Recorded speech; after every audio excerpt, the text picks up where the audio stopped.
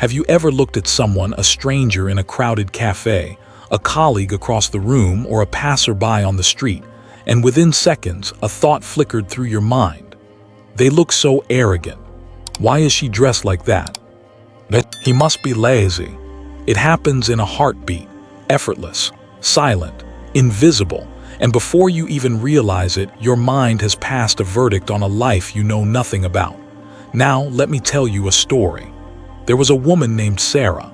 One afternoon, Sarah stopped at a small restaurant after a long, exhausting day. At the next table sat a young man in ragged clothes, his hair unkempt, his face weary. Sarah's mind immediately whispered, "Another homeless addict." Minutes later, a waitress approached Sarah, her eyes teary. "Ma'am," she said, "I just wanted you to know that young man over there saved 3 people from a burning car last night. He hasn't slept since, and he refused to leave the hospital until they were stable." Sarah's heart sank. In that one moment, she saw the cruel weight of her assumption, and in that single second, something shifted inside her. Why do we do this? Why do we so easily, so naturally judge others? The truth is, most of us don't even realize we're doing it. It's an invisible habit like breathing. It slips in between our thoughts, rides the undercurrent of our emotions, and quietly shapes how we see the world. And it's ancient. Long before we learned to read or write, human beings relied on quick judgments to survive. Friend or foe, safe or dangerous. These snap decisions once kept our ancestors alive. But here's where it gets dangerous, because what once protected us now poisons us. In modern life, these unconscious judgments aren't about life and death. They're about appearances, social status, lifestyle choices, accents, religions, and past mistakes. And instead of helping us, they divide us. In Buddhist philosophy, this habit is seen as a subtle but destructive poison of the mind. The Buddha taught that to judge others harshly, without understanding their story, is to tighten the chains of our own suffering. You see, every judgment you cast plants a seed, and every seed you plant shapes your mind. When you judge someone with anger, pride, or envy, those same emotions take root in your own heart. It's like throwing a stone at a still pond. You think you're disturbing someone else's water, but the ripples always return to you. But here's the paradox. Even though it harms us, we cling to it. Why? Because judging others feeds the ego. It makes us feel superior, even if only for a fleeting second. It masks our own insecurities. It distracts us from our own flaws. When we point a finger outward, we momentarily avoid looking inward. And society doesn't help. Social media thrives on judgment. One viral post, one photo taken out of context, one opinion misunderstood, and suddenly 1,000 voices rush to label, criticize, condemn. We've become addicted to outrage, to moral high ground, to the illusion of righteousness. But Buddhism invites us to wake up from this trance. The Dhammapada, one of the earliest collections of the Buddha's teachings, offers this simple yet piercing reminder. When you see a fault in others, remember it is like looking into a mirror. What you dislike in them exists within you. It's confronting, isn't it? But it's also liberating. Because it means every time you catch yourself judging, you're being given a mirror, a chance to see the parts of yourself that need healing, a chance to loosen the grip of the ego, a chance to cultivate wisdom. Now, it's important to understand, Buddhism doesn't ask us to become blind or naive. It's not about pretending everyone's actions are acceptable or that harm doesn't exist. What it teaches is to separate discernment from judgment. Discernment is wisdom. It's recognizing when something is harmful, unhealthy, or unkind, without attaching hatred, arrogance, or superiority to it. Judgment, on the other hand, is ego-driven. It seeks to elevate oneself by diminishing another, and therein lies the suffering. Because every time we judge from ego, we trap ourselves in a small, rigid world. A world where we're constantly measuring, comparing, fearing, and defending. A world where peace feels distant and compassion feels weak. But what if, just for a moment, we put down the gavel? What if, instead of labeling that man on the bus, or that mother at the store, or that stranger online. We paused and remembered that they too carry invisible battles. That beneath the choices we don't understand, there's a lifetime of causes and conditions we'll never fully see. The Buddha often spoke of this web of causes and conditions, what he called paticca samuppada, or dependent origination. It reminds us that no person, no action, no moment arises independently. Everything is shaped by countless factors: upbringing, trauma, culture, circumstance, karma. And when we truly see this, judgment softens. Not because wrong becomes right, but because understanding replaces condemnation, because compassion has room to grow. And when compassion grows, so does our freedom.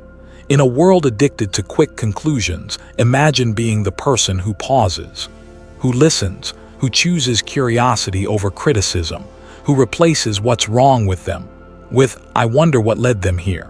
That right there is the beginning of awakening, not on a distant mountaintop, not in some faraway monastery, but right here in the simple moments when our heart softens and our mind lets go. Because every judgment we release is a weight lifted from our own chest. Every assumption we question is a doorway to wisdom. And every act of compassion, however small, ripples outward in ways we may never see, but the world will surely feel. And so, as we move forward, let's ask ourselves, not who deserves my kindness, but rather, what kind of world do I want to help create? Because in the end, the heart you free will be your own. There's a story in the ancient Buddhist texts. A man once came to the Buddha, burning with anger. He had heard the Buddha's teachings and felt offended, believing them to be directed at people like him, judgmental, proud, quick to criticize. He shouted, "You speak as if you're better than others." The Buddha, calm as a still lake, smiled gently and said, "If someone offers you a gift, and you refuse to accept it, to whom does the gift belong?"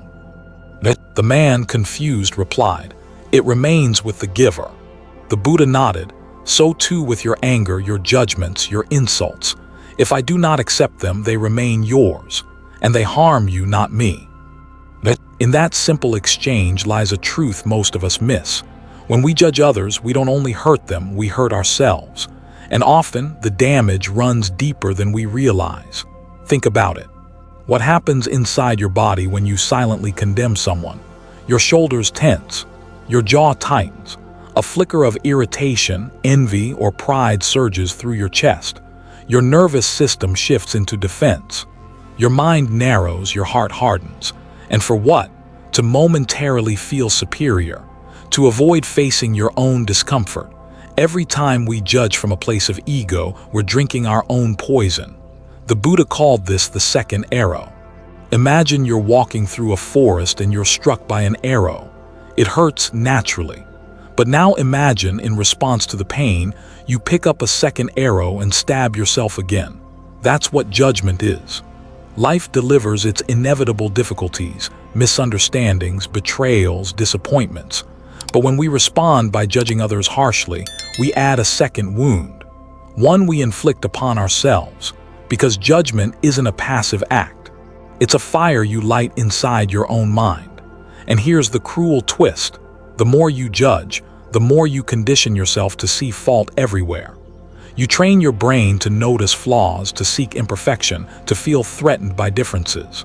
It becomes a habit, one that bleeds into your relationships, your self-image, your peace of mind. Ever noticed how people who harshly judge others often judge themselves just as mercilessly? It's not a coincidence. In Buddhism, there's a word for this, dukkha. It's often translated as suffering, but it means something deeper. A sense of unease, dissatisfaction, and friction within the heart. And judgment is a master creator of dukkha. Because when you constantly label others as less than, wrong, or unworthy, you create a world where your safety depends on being better, smarter, kinder, more correct. But no one can win that race forever. One day you'll stumble. One day you'll fail to meet your own impossible standards. And the same ruthless voice you directed outward will turn inward. The Buddha warned about this trap often. In one of his teachings, he said, "Hatred is never appeased by hatred in this world. It is appeased only by love. This is an eternal law. Now, replace the word hatred with judgment. The wisdom holds. Judging others will never bring you peace. It might bring a brief illusion of control, a fleeting satisfaction, but it leaves a residue, bitterness, tension, a restless mind. And what's worse, it builds walls. Every judgment you cast becomes a brick, a barrier between you and the world, between you and your own heart. You begin to lose the ability to see people in their wholeness. You forget that every person is more than their worst mistake, more than their appearance, more than their political opinion, more than a single bad decision. And in doing so, you isolate yourself from life's richest experiences: empathy, connection, understanding, compassion. The Buddha often spoke of the mind as a garden. Every thought is a seed. Every judgment you plant grows into weeds, choking the flowers of wisdom and peace. But here's the hopeful part. The moment you become aware of this, you gain power. You can choose which seeds to water. You can notice a judgment arise. That person is so selfish. And instead of feeding it, pause. Ask yourself, what pain might they be carrying? What part of me is reacting so strongly? Is this judgment serving me or imprisoning me? This simple act of mindful inquiry loosens the grip. And each time you do it, you train your mind toward openness. Because what the Buddha ultimately taught was not about blind tolerance, but about wisdom rooted in compassion. It's about seeing things as they truly are, that every human being is shaped by causes and conditions far beyond our understanding. That beneath every act of ignorance is a being longing to be free from suffering. And when you grasp this, even dimly, your judgments begin to lose their edge. You realize that judging someone harshly doesn't make you stronger. It doesn't make you safer. It certainly doesn't make you wiser. It only narrows your heart and clouds your vision. And the irony is, the peace you think you're protecting by keeping others at a distance is the very peace you lose. But what happens when you drop the judgment? You don't become weaker. You don't become passive. You become clear. Clear enough to discern harmful behavior without hatred. Clear enough to hold people accountable without cruelty. Clear enough to recognize your own faults without self-loathing. And in that clarity, peace takes root. The Buddha compared this to a still pond. When the water is stirred by the winds of judgment, you cannot see your reflection. But when it's calm, undisturbed by anger or pride, the truth of yourself and the world becomes visible. And it is always more beautiful than you imagined. So the next time you feel that familiar tug, that invisible habit rising to label, to condemn, pause. Not because the other person deserves it, but because you do. Because in that pause lies freedom. In that pause you reclaim your peace. And in that pause you step closer to awakening. Let's pause for a moment and be honest. If we stop judging others, does that mean we have to accept everything? Do we turn a blind eye to cruelty? Do we tolerate harm, injustice, or betrayal in the name of compassion? Absolutely not. And this is where so many people misunderstand both Buddhism and the practice of kindness itself. The Buddha was never naive. He wasn't asking us to become passive doormats. He was inviting us to wake up, to see clearly. And that clarity is called wise discernment. You see, judgment and discernment might look alike on the surface. Both involve noticing what someone else says or does. Both involve forming an opinion. But deep down, they come from completely different places. Judgment arises from ego. It's rooted in comparison, in a need to feel superior, in fear, or in unresolved pain. It says, "I would never do that. They're such a terrible person. How disgusting, how shameful." Judgment labels a person entirely, reducing them to a single action, a single flaw. It closes the heart. It inflates the self.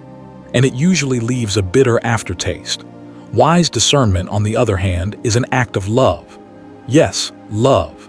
Because it's the capacity to see things as they truly are, without being clouded by personal biases, wounds, or reactive emotions. It recognizes harm when it happens. It understands that certain behaviors are unskillful, even dangerous. But it doesn't turn that recognition into hatred. It doesn't turn people into monsters in your mind. Imagine someone in your life lies to you. Judgment says they're a liar, untrustworthy, worthless. Discernment says this person told a lie, that behavior is harmful, I need to protect myself. And I hope one day they find their way to honesty. Do you feel the difference? One burns, the other breathes. Judgment is rigid. Discernment is flexible. Judgment imprisons both the other person and yourself inside a fixed idea. Discernment leaves room for change, for growth, for humanity. In Buddhist tradition, there's a beautiful teaching. See the act, understand the actor. Meaning, you can recognize wrongdoing without condemning the entire person.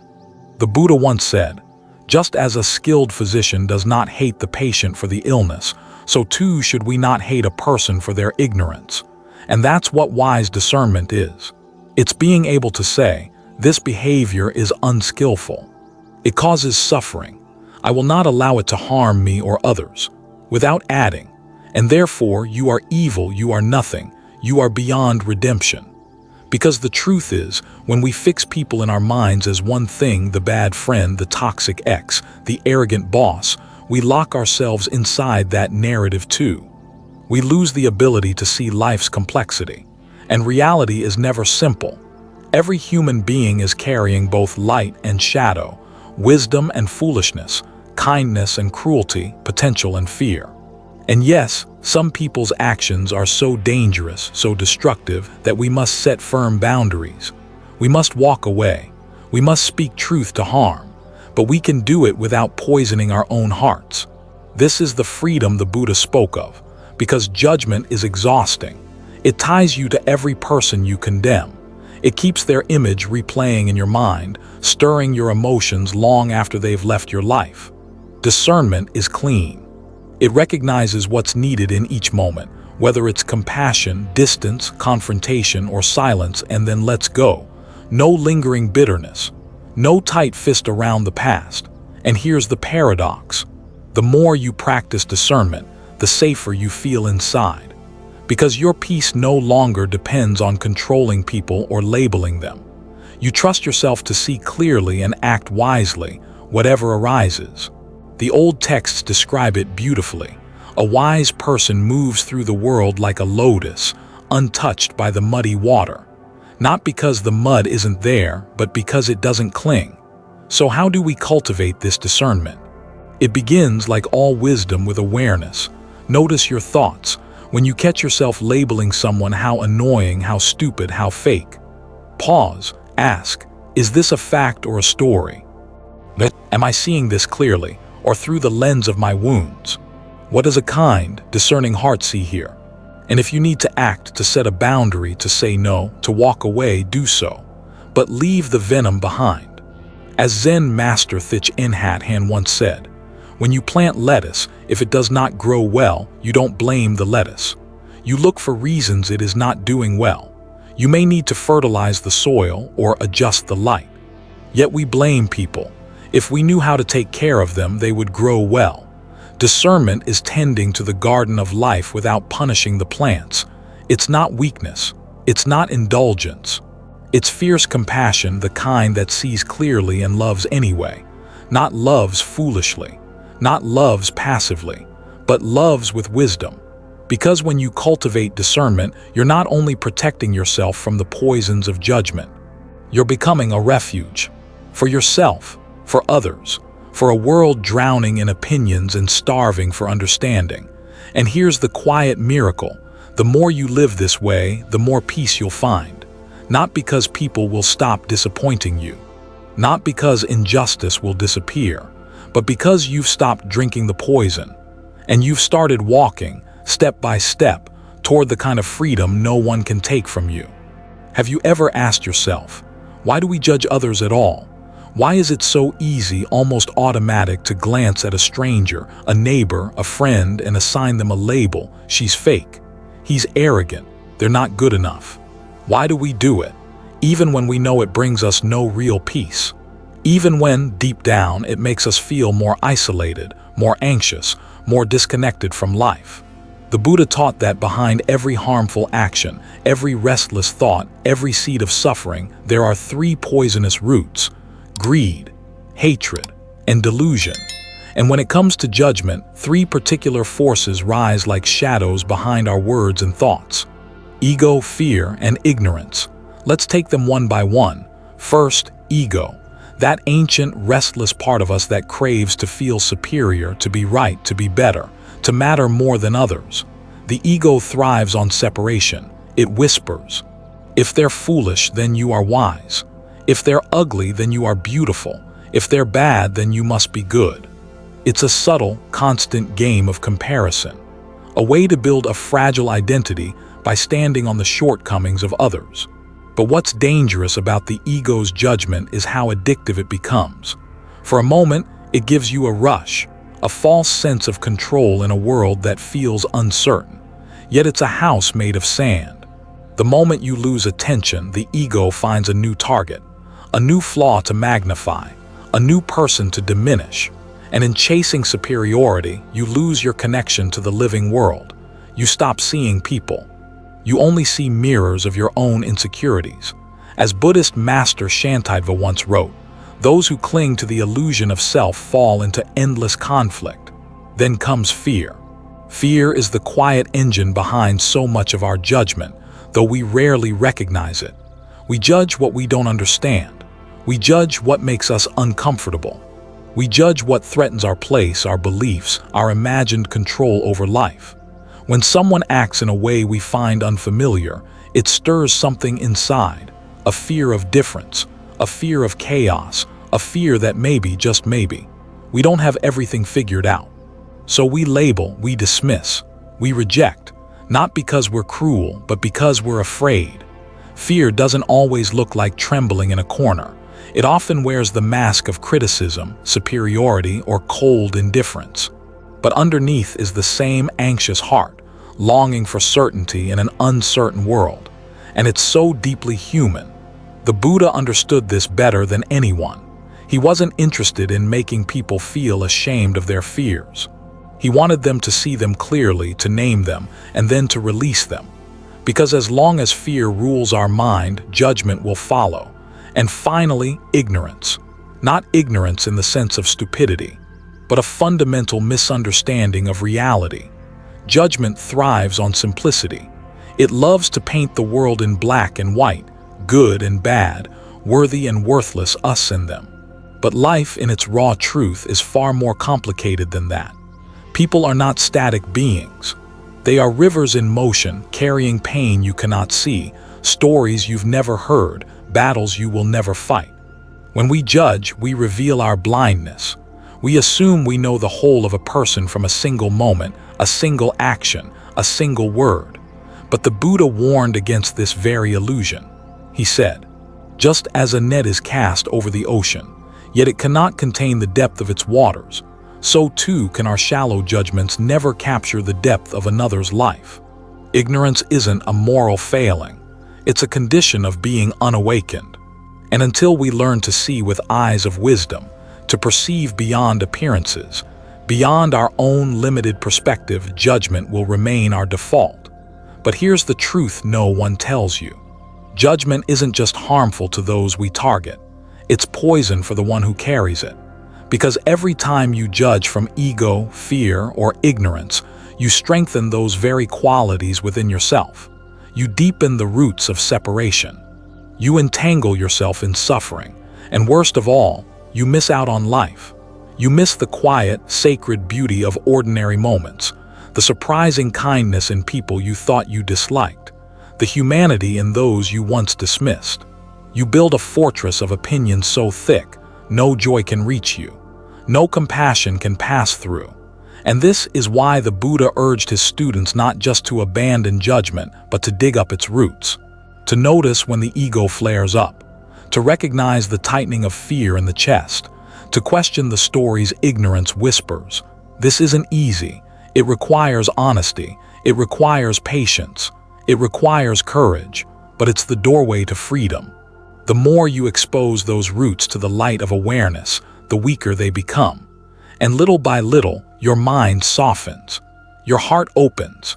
You stop needing to be better than others because you realize you were never separate from them to begin with. And judgment begins to fade, not because you force it away, but because it no longer finds fertile ground in you. In one old Zen poem it said, "When the wind stops, the leaves settle by themselves.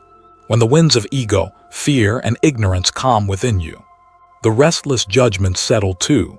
And in that stillness, you'll glimpse something extraordinary, not perfection, not some sanitized vision of humanity, but the raw, aching, beautiful truth of our shared condition. That every person you meet is fighting an unseen battle. That every heart carries both light and shadow. That beneath the masks and mistakes, we are not so different. And when you live from that place, not just think it, but feel it, your judgments lose their grip. And a new kind of wisdom rises. The wisdom of discernment. The wisdom of compassion.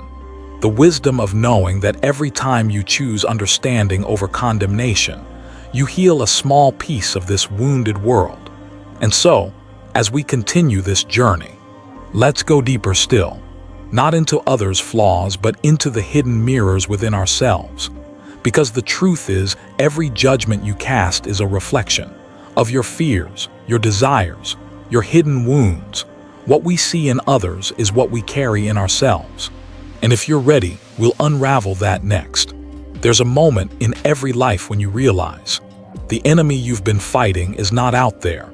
It's in here, inside your own mind. And when it comes to judgment, this couldn't be more true.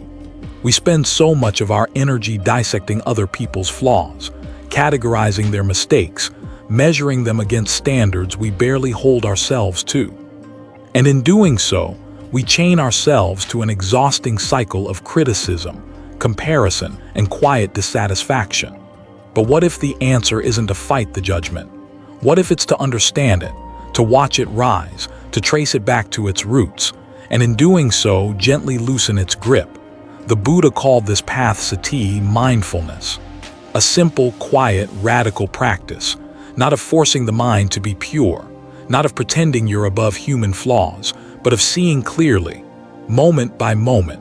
Mindfulness is the medicine for a judgmental mind, not because it erases judgment overnight, but because it transforms your relationship to it. Let's be honest, judgment will still appear. The mind will still form opinions. That's what minds do. The difference is this.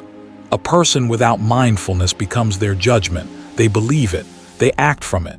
They let it shape their world. But a mindful person notices. You might catch yourself thinking, he's so arrogant. And in that precise moment, awareness appears. Ah, judgment. You don't deny it. You don't indulge it. You simply see it. And that seeing is the beginning of freedom. Because judgment only thrives in the shadows. It needs unconsciousness to survive. The moment you shine awareness on it, it starts to unravel. Not because you shame yourself for it, but because you realize it's just a thought, a passing cloud in the vast sky of your mind. And thoughts, like clouds, aren't who you are. This is what mindfulness teaches you: to step back, to become the witness, to watch your mind without getting swept away by it. And when you do, something miraculous happens. Judgment begins to soften, not through force, not through guilt, but through gentle understanding. Because the truth is, when you observe your judgments with mindfulness, you start to see where they come from.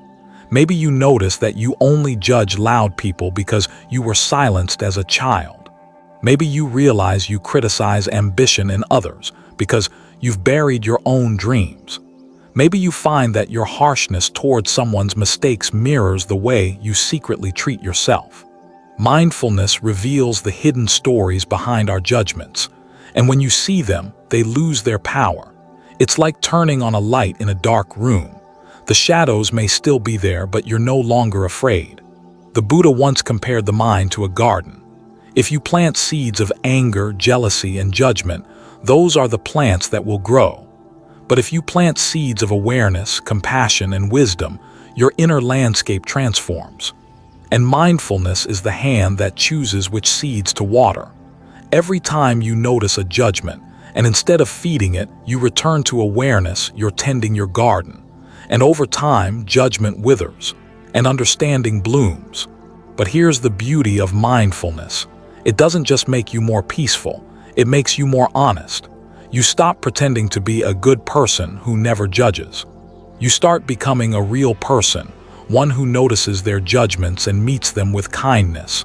Because the point isn't perfection. The point is presence, to be awake in your own mind. And when you live like that, everything changes. You find yourself pausing before reacting. You catch the bitterness rising and you breathe. You sense the sharp comment on your tongue and you smile instead. Not because you're repressing your truth, but because you realize not every thought deserves your voice. Not every judgment deserves your attention. And in that pause, you rediscover your freedom. One Zen teacher once said, "The gap between stimulus and response is the place where wisdom lives." Mindfulness widens that gap. It gives you space. Space to choose a wiser response. Space to meet yourself with tenderness. And perhaps most beautifully, space to see others with new eyes. When you practice mindfulness, you stop reducing people to their worst moments. You stop labeling them by a single flaw. Because you realize if your own mind is this restless, this messy, this complicated, theirs probably is too. And in that realization, a strange kind of compassion appears. Not a forced, saintly kindness, but a raw human understanding. You see yourself in others. You see others in yourself. And slowly, judgment transforms into discernment. Not blind acceptance of harmful behavior, but clear, calm recognition of what is without the extra layer of condemnation. And that's where true wisdom begins. Because the one who judges less sees more. They notice the small kindness beneath the rough exterior. They sense the wounded child behind the angry man. They catch the flicker of insecurity in the boastful friend. Mindfulness sharpens your vision, not just outwardly but inwardly. And what you discover is this. The world becomes softer, not because it changes, but because you do. Your mind no longer clings so tightly to being right.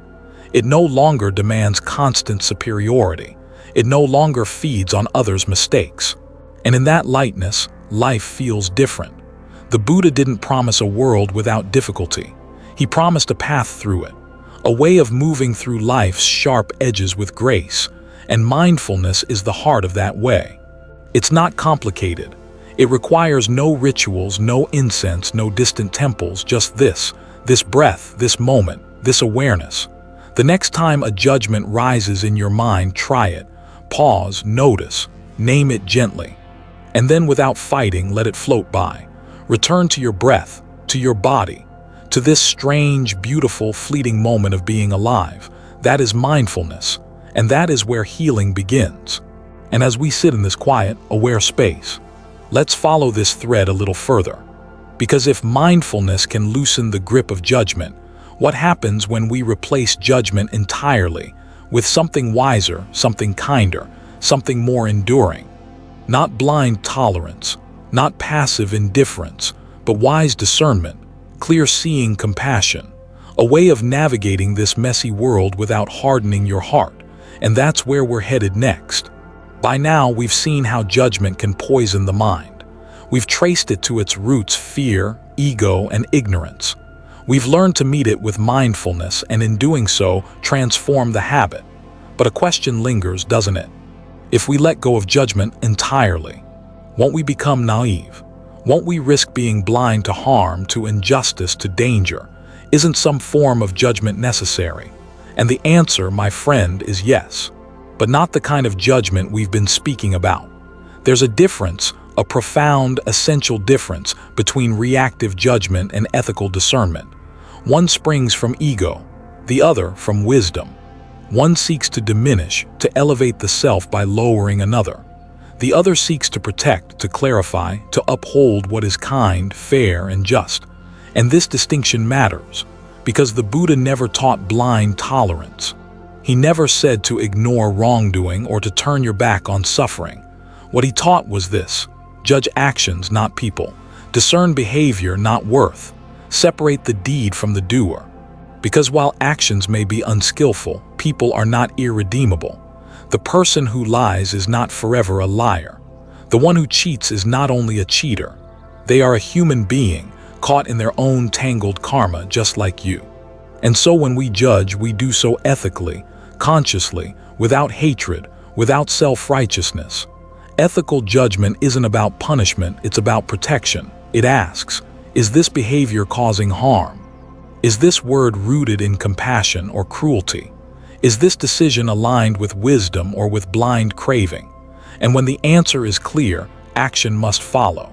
To remain silent in the face of injustice is its own form of harm. To turn away from suffering because it's uncomfortable is a subtle kind of cowardice. The path of Buddhism is one of wise engagement. A monk once asked the Buddha, "Is it ever appropriate to admonish another?" And the Buddha replied, "If it is done at the right time in the right way, for the right reasons, with a mind free of anger, then yes." Notice the conditions. Right time, right way, right reasons, free of anger, that's not reactive judgment. That's ethical discernment. It's not about venting your frustration. It's about protecting others and yourself from further harm. It's about standing up, not striking down. And here's the nuance. Even when you must speak firmly, you do so without hate. You might say to someone, that behavior was harmful, it's not acceptable. But you do it from a place of care, not contempt. From clarity, not cruelty. Because ethical judgment holds two truths at once.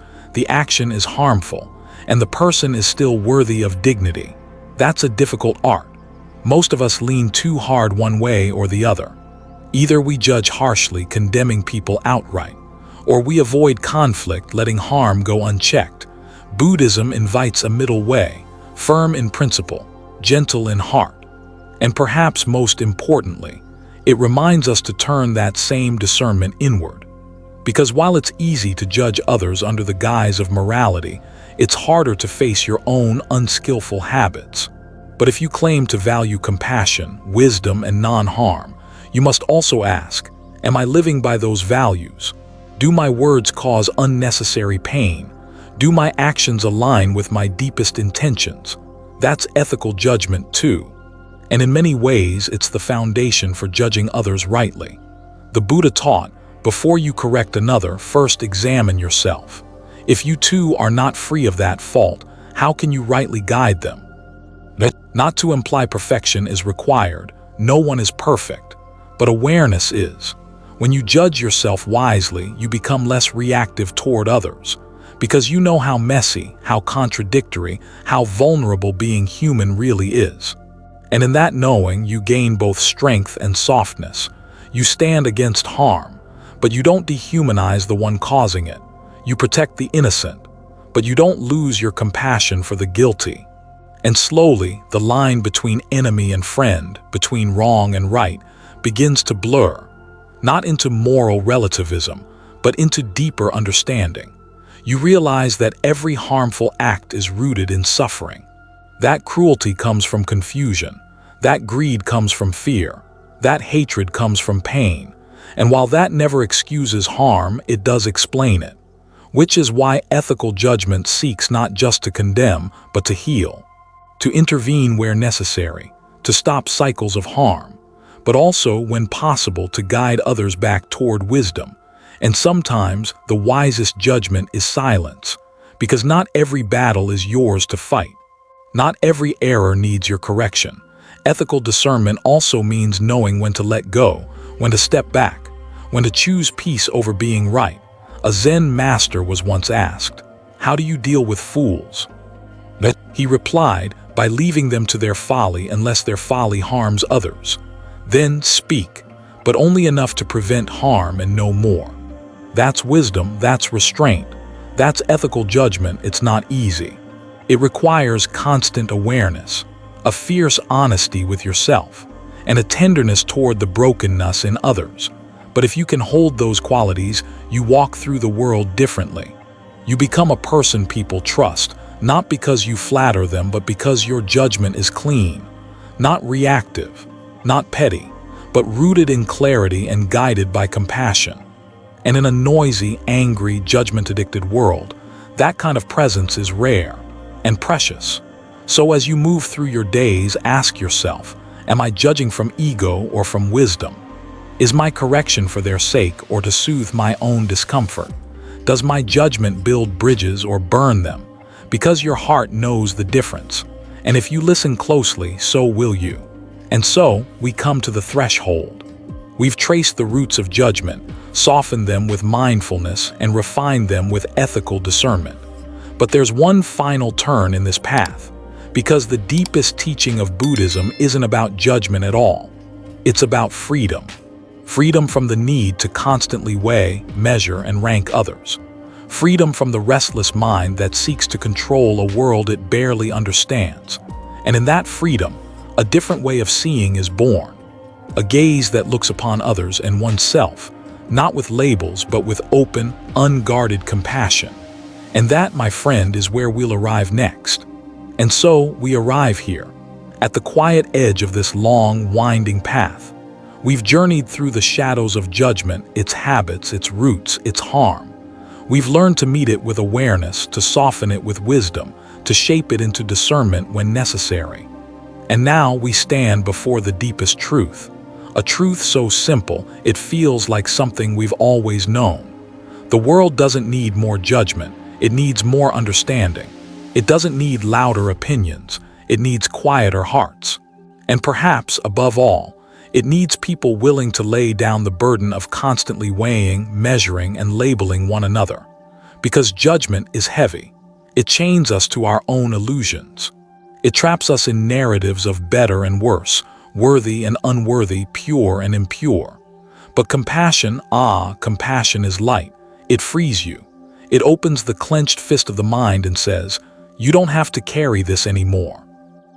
And when you stop judging, not because you're indifferent, but because you finally see clearly, a remarkable thing happens. You start to notice what you missed before. The quiet dignity in a stranger's eyes. The familiar ache beneath someone's anger. The small, clumsy acts of kindness that go unseen. And you begin to realize how similar we all are. Not in the superficial ways, not in beliefs, habits, or opinions, but in our longing to be safe, to be loved, to matter. That's the ground where real compassion grows, not from pity, not from moral superiority, but from recognition. Your pain is not so different from mine. Your fears, your mistakes, I too have known them. This is why, in the deepest teachings of Buddhism, the ultimate goal isn't to become morally perfect. It's to become awake, and an awakened heart does not cling to judgments. It sees things as they are, clearly, kindly, without excess. A sage once said, when I was young, I judged people as good or bad. As I grew older, I saw people as confused or clear. And when wisdom finally came, I saw only beings endlessly unfolding. That's the vision Buddhism invites us into. A world beyond the brittle dualities of right and wrong, sinner and saint. A world where you can still speak truth, still protect what's precious, but without hatred in your heart. It's not about passivity. It's about precision. You act when action is needed. You step back when silence is wiser. You correct what causes harm, but you do so like tending a garden, carefully, respectfully, without arrogance. And in that way, you become free. Free from the restless need to categorize every person you meet. Free from the gnawing anxiety of comparison. Free from the bitterness that judgment breeds. And in that freedom, peace. A quiet, steady peace that no opinion, no insult, no division can disturb. You start to walk lighter, speak softer, see deeper, not because you're trying to be good, but because goodness becomes the only natural way to move through the world. And if enough of us did that, the world itself would change, not through force, not through conquest, but through the steady, contagious power of awakened hearts. A world where people aren't reduced to their worst moments, where mistakes are corrected with compassion, not contempt, where silence is chosen not from cowardice, but from wisdom. That world is possible, and it begins here, with you, with this simple question: what if today I judged one person less? What if I met one moment of irritation with curiosity instead of condemnation? What if I offered myself the grace I so often withhold, tiny choices, small mercies, ripples that become currents, And if you forget, as you surely will, remember, even that is not a reason for judgment. Begin again, and again, and again. That is the practice. That is the path. If you felt the weight of judgment lift, even a little, during our time together, know this: you are not alone on this path. There's a whole community of people seeking to live with a little more clarity, a little more peace, a little more courage. And if these reflections touched something in you, I invite you to stay connected. Subscribe to this channel, not for numbers, not for algorithms, but because wisdom grows stronger in good company. Leave a comment, share what resonated, what challenged you, what you're still sitting with. Your voice matters here. And if you know someone carrying the heavy burden of judgment, consider sharing this with them. A single moment of insight can change the course of a life. Thank you for walking this road with me. May you be free from unnecessary judgments. May you see yourself and others with the eyes of compassion. And may you find peace in the simple, unshakable truth. We're all doing our best with the wisdom we have. Until next time, be well and stay awake.